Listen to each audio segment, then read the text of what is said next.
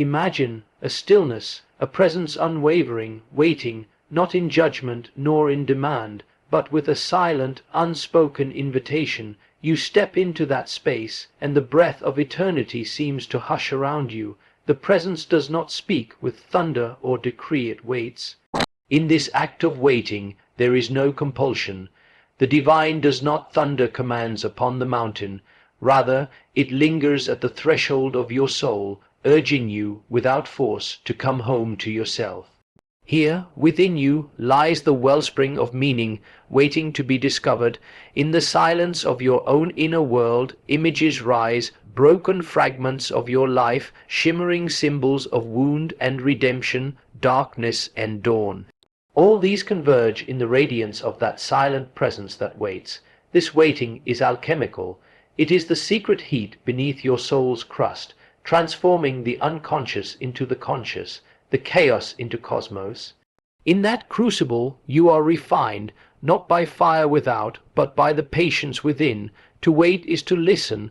Listen to the dreams that flicker at the edge of night, the symbols that whisper in moments of emptiness, the intuition that trembles beneath your everyday thoughts. That waiting presence is the self, the divine within, that speaks in images and draws you toward wholeness. Know this, you are not here to obey.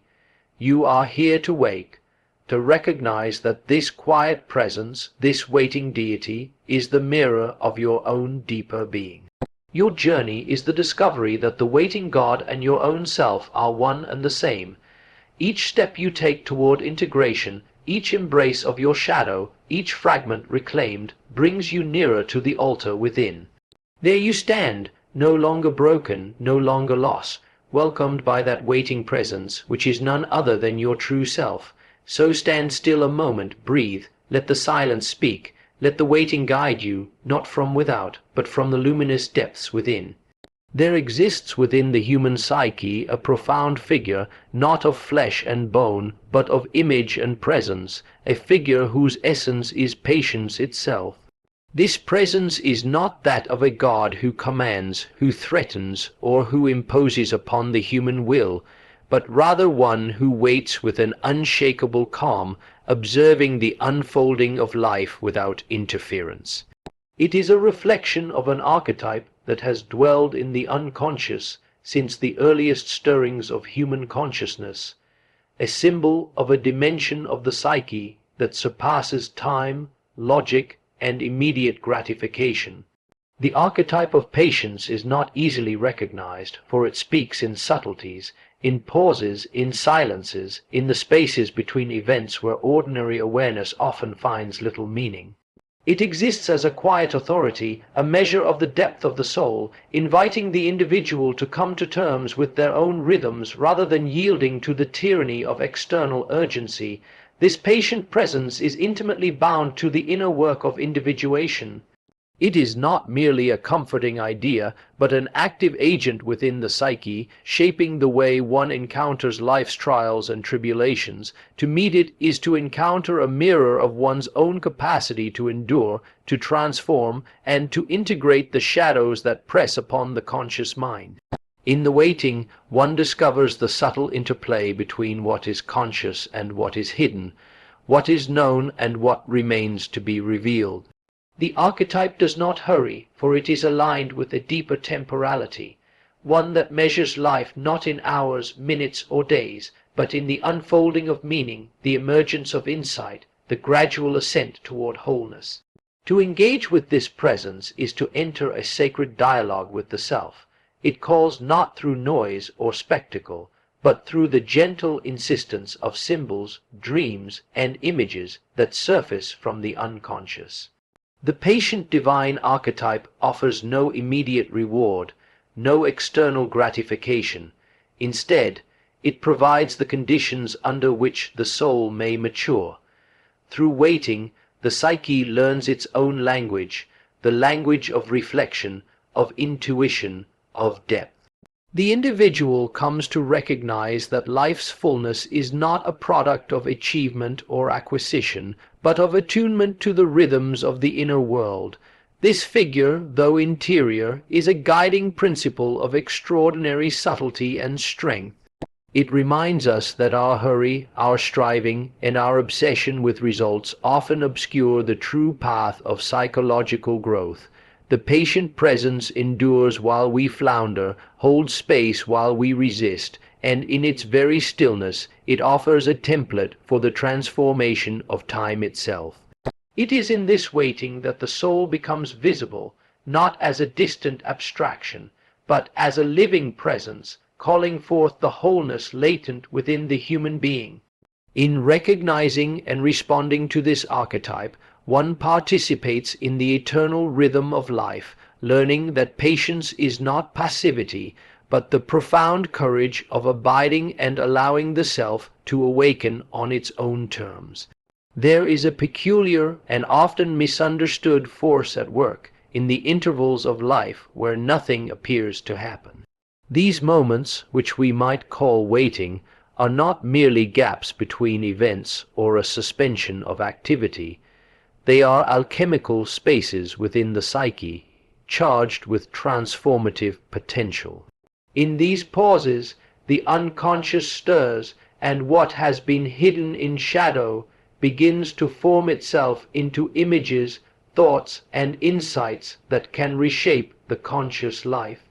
Waiting, properly understood, is not an absence but a process of inner fermentation, where the raw materials of experience, desire, fear, loss, longing, are slowly transmuted into the gold of understanding. The psyche does not hurry, and it cannot be forced.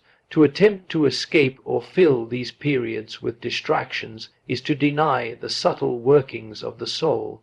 In this alchemical process, time itself assumes a different character. Ordinary time measures the ticking of clocks, the succession of events, the accumulation of tasks accomplished. Psychological time, however, moves according to depth, not speed.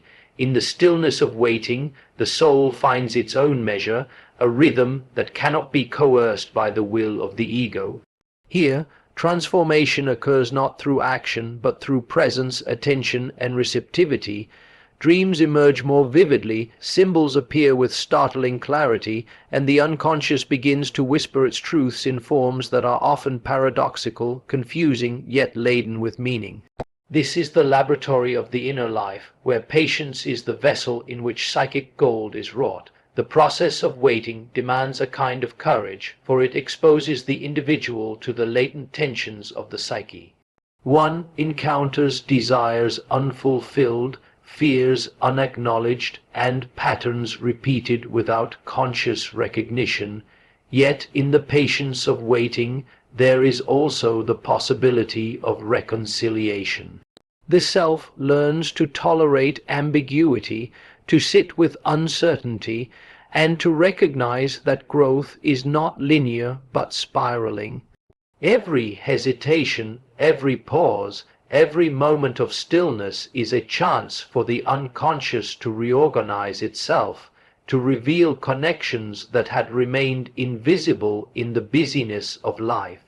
Waiting becomes a sacred laboratory, a site where inner conflict can slowly dissolve into understanding, where fragmentation can begin to unify, where the raw materials of experience are converted into insight and meaning. To partake in this alchemy is to cultivate humility. One realizes that transformation cannot be rushed, cannot be summoned by the clamor of desire or the impatience of ego.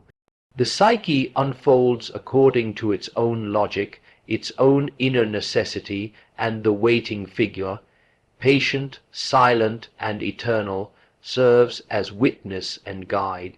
In embracing these periods, the individual discovers that true change is never superficial.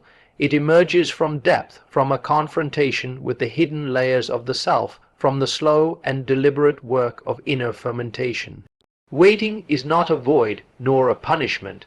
It is the crucible of the soul, the sacred pause in which the alchemy of life and psyche takes place, turning the lead of mere experience into the gold of consciousness, and revealing that within stillness lies the power of profound transformation. There is a dimension of the psyche that can only be accessed through silence, a quiet chamber where the self speaks not in words of logic or command, but in images, feelings, and subtle intimations that arise without effort. In the noise of everyday life, in the constant demands of work, ambition, and distraction, this dimension is easily overlooked. Yet it is here, in the encounter with silence, that one begins a true dialogue with the deeper self, a presence that has waited patiently beneath the surface of consciousness. This dialogue is not a conversation in the ordinary sense. It does not follow linear reasoning or the exchange of arguments. It is instead a meeting of attention, of receptivity, in which the self unfolds gradually, revealing the hidden structures, desires, and conflicts that govern behavior without conscious awareness. In the silence, the unconscious begins to speak its language. Dreams, fleeting images, and subtle intuitions emerge with a clarity impossible in the clutter of distraction. Symbols appear spontaneously, as if dropped by the unseen hand of the psyche itself, inviting reflection and interpretation. To engage with these symbols is to enter into a dialogue with forces within oneself that are older, deeper, and more universal than the individual ego.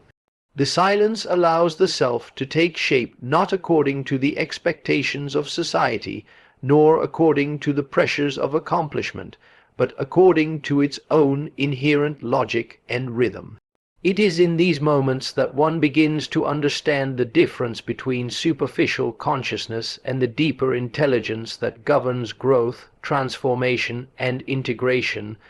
This dialogue is not always easy, for silence exposes what has been denied, hidden, or suppressed. One encounters fear, grief, shame, and longing, all of which have been pushed aside in the busyness of daily life. Yet in facing these elements in the quiet, one finds that the self is neither judgmental nor coercive. It waits, observing, allowing, and offering insight in its own time. The act of listening, truly listening, is itself transformative. Through sustained attention to inner images and feelings, the ego learns patience, humility, and the capacity for self-reflection. A rhythm develops, a subtle harmony between the conscious mind and the deeper self, which gradually leads to integration, individuation, and the discovery of inner wholeness. In this process, silence becomes a teacher. It instructs not by providing direct answers, but by opening a space in which the self can emerge. The more one attends to this quiet, the more one recognizes that it is not empty or inert, but alive with the movements of the unconscious. Listening to these movements allows one to respond to life from depth rather than reaction, from understanding rather than impulse. The dialogue with the self through silence is a lifelong endeavor, a practice in which patience, courage, and attentiveness converge. In this sacred space, the soul slowly awakens, revealing that the path to wholeness is never rushed, never forced, and always guided by the subtle, patient voice of the self.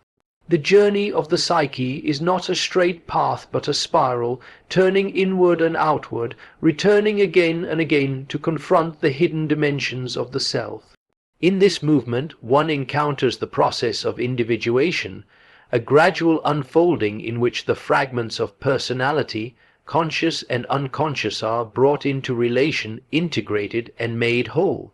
It is not a destination that can be reached by effort alone, nor a goal that the ego can impose upon itself. Rather, it is a slow, often imperceptible process, guided by the deeper currents of the psyche, which unfolds according to its own rhythm and necessity. To return to the self in this manner is to recognize that the divine, the sacred, and the archetypal are not external forces, but inner realities awaiting acknowledgement. Individuation begins with the recognition of what has been hidden, the shadows, the projections, the desires and fears that have been repressed or denied. The psyche resists this confrontation at first, for it is uncomfortable and often painful to face the parts of oneself that have been ignored. Yet, in acknowledging these elements without judgment, one begins to discover the coherence that underlies apparent fragmentation.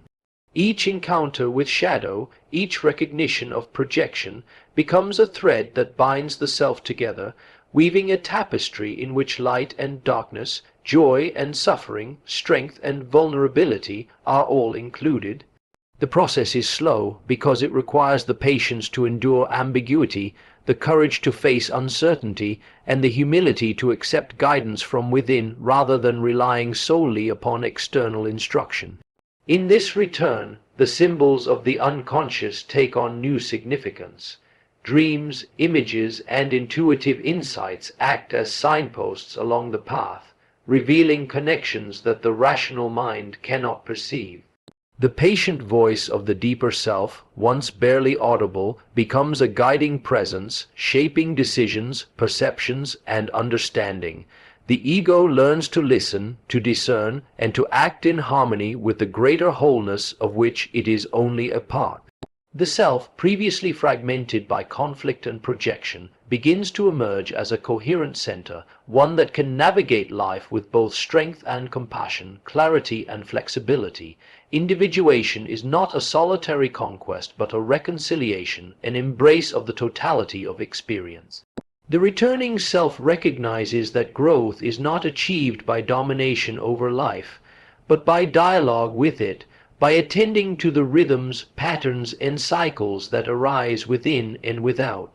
It is a process of maturation in which the individual learns to embody wisdom, to integrate the lessons of suffering, and to honor the unconscious as a source of creativity and guidance.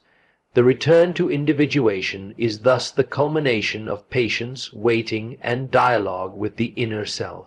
In this return, the human being discovers the profound truth that the self has always been present, waiting quietly, and that the journey toward wholeness is ultimately a homecoming, a meeting with the enduring, patient presence that has guided every step, every hesitation, and every reflection along the way. And so I leave you, not with a call to task, but with an invitation to come home. The God who waits for you is not distant, it is you awakening. When you discover that presence within, you will know, and the waiting will be over.